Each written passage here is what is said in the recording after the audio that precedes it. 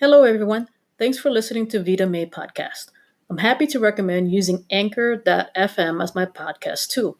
It's a free tool. It automatically publishes your podcast to Spotify. You may manually submit your podcast to Apple Podcasts, Google Play Music, Castbox.fm, and others. It is straightforward to use from your mobile phone application or computer and laptop browser. You can invite friends and record when ready and more. You may also monetize by recording guided ads that you select per episode. Join in on the fun of sharing your experiences and stories and download the free Anchor app or go to anchor.fm to get started. Again, that's anchor.fm. Thank you.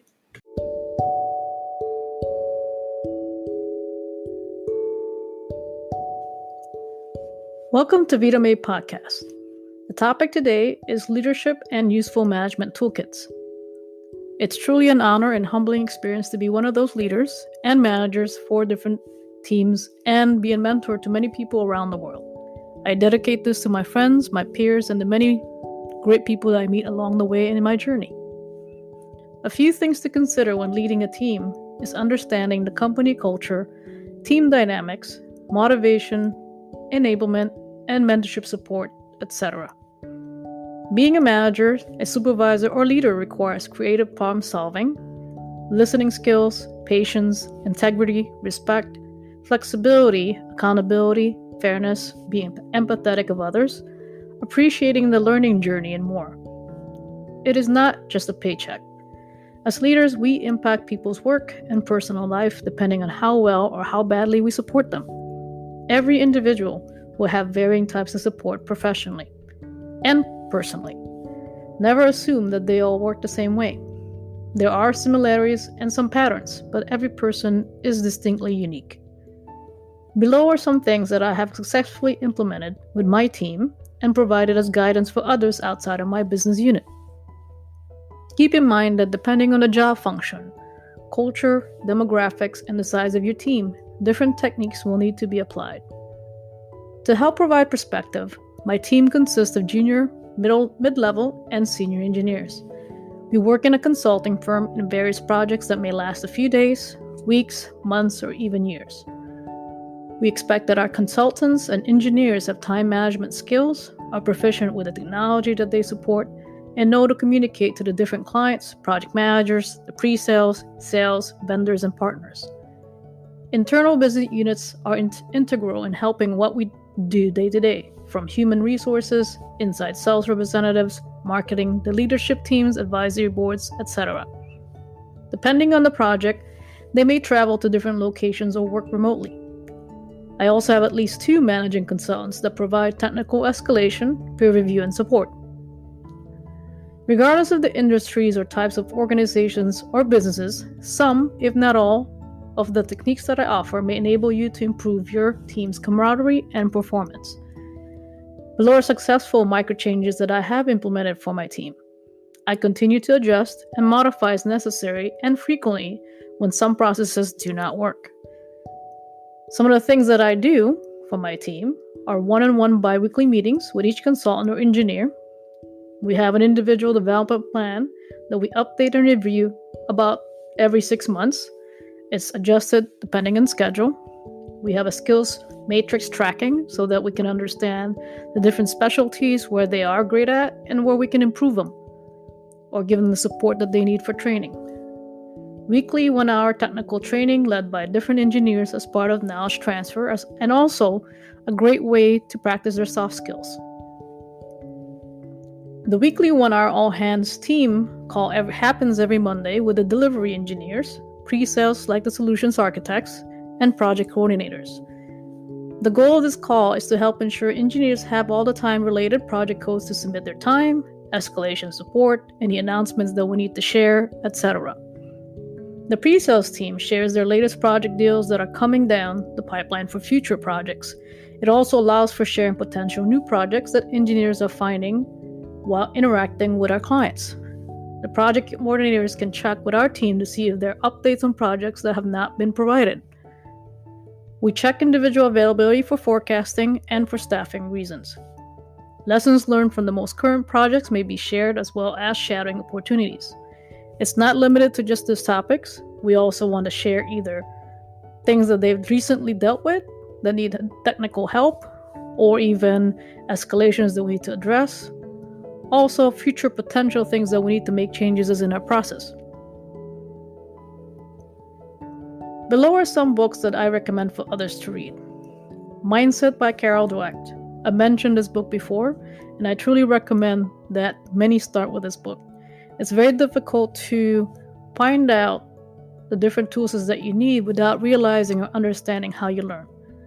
This discusses what fixed mindset is versus growth mindset. And just to give you an idea, a fixed mindset is explained as people who tend to believe that you are born with a specific characteristics and talent, that they define you even in the future, also known as non-learners. Growth mindset people believe that with more learning, we can continue to improve or learn new skills. That being assessed at a specific time of your skill or characteristic does not define your future potential. They are very curious and considered learners. They enjoy challenges and want to continually improve. Another book that I recommend is Great at Work by Morten Hansen. There's great insights and research on how people of various industries are considered successful, whether they're in leadership role or work under a leader. There's continuous feedback loops. There's continuous focus on specific things that are meaningful, being effective at the time that they use, so that they can balance work and life. There's research that proves that it does not matter what title you have or what profession that you have, that with observation and your willingness to share solutions or improvements can make a company work better. The Gifts of Imperfect by Brené Brown. And let me correct that. The Gifts of Imperfection by Brené Brown. Understanding and accepting who you are, being less critical, and enjoying the gifts of life. That you are good enough. You don't have to have a perfect day or be 100% qualified to do the things that you feel or perceive that you need to know. It's okay to make mistakes and that you can grow from it each time. There are 3 books from Arbinger Institute that I definitely recommend for various reasons.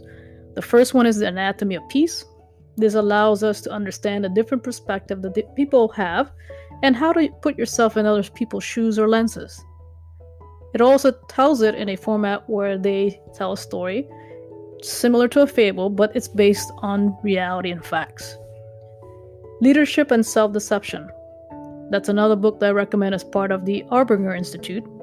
This allows us to understand accountability and knowing what you can control and what you can't control. Taking ownership for your actions. Getting out of the box thinking and making the choices by learning to see the different perspectives that other people have. Another great book, again, from the Arbinger Institute, is The Outward Mindset. Leading with a mindset approach and understanding the behaviors of different people. Learning how to observe and learn from the behaviors and seeing it, noticing the different things that people are going through. Being empathetic of the different situations that people have. How to respond to different outcomes. That how you respond affects it also, and it's just as important. You can make a bad situation a good situation. Depends on the perspective that you have. I've been very honored to learn from a book called The Energy Bus that one of my mentors gave me, Julie Roberts. The title of his book and the author by John Gordon.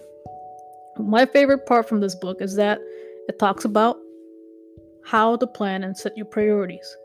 Also, how to filter out energy vampires, meaning people that drain you. How to observe and listen to your body. Understand what types of stimuli affects you. What makes you become happier or sad or more effective to do the things that you need to do. There's more to it. Disrupt Yourself by Whitney Johnson. How to be brave and be bold. Do you take the initiative to lead your team to be ready for the next market transformation?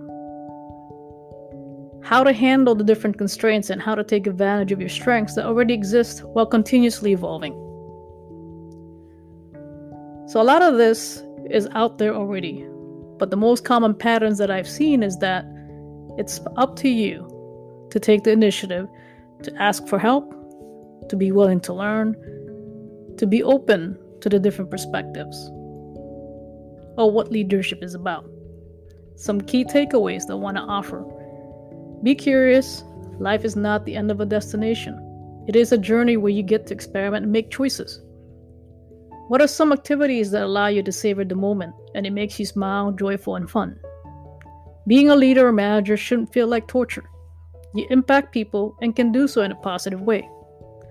It is essential to seek out mentors who can help you become a better person and leader and help you improve continuously.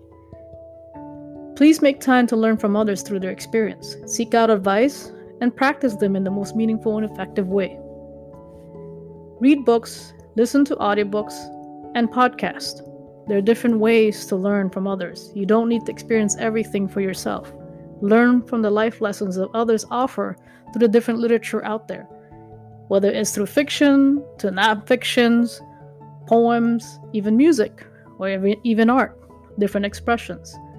Attend different events, conferences, classroom training, or online training that helps you gain more useful techniques in leadership. There are many online resources out there that are even free that you don't need to pay for, and maybe you only have to pay for certification. I'll give you an example, edx.org. There's leadership courses there provided by MIT and other universities that are well known. You can also use Khan Academy. That's also a free resource online that's not only used for children or anybody who's going to school. Adults can use that for different topics that they need to brush up on. There's also many different online resources out there that you can use through YouTube, or through searching, or even blog posting, and especially podcasts. There's a lot more impactful podcasts out there that help you digest different concepts, and they explain it in a manner that you can understand. Be conscientious in being around people who help you be the person you can be. Surround yourself with people who genuinely care and value you as your true self. Take care of your heart, your mind, your soul, and body. You are one person. You are important. So know that you are precious and people do need you. The gifts that you offer are things that others may need, and you never know when you can make positive impact on an individual. Believe in yourself and know that you can always improve with effort. Having great intentions, being able to be open and kind and empathetic of others is an important characteristic and is really helpful for many people out there. The world needs more positive people that can shine a light and give people hope. One of the greatest honors that I've had since I've created this podcast and been out with the different organizations that I support is that I'm able to mentor so many different people, and they appreciate the effort and the messaging that I give. Without them, I wouldn't be able to podcast today. They've encouraged me to spread my wings, be bold, and be able to share the different stories that I have. So I'm very grateful for the ones that attended, who became speakers on my episodes, and I hope that you find this specific podcast helpful to you. And if you do have feedback, please don't be afraid to send an email to askme@vitame.org. Send me a message either on Facebook, Instagram, Twitter. I have a website. It's https://vitame.org. Thank you again, and see you on the next episode.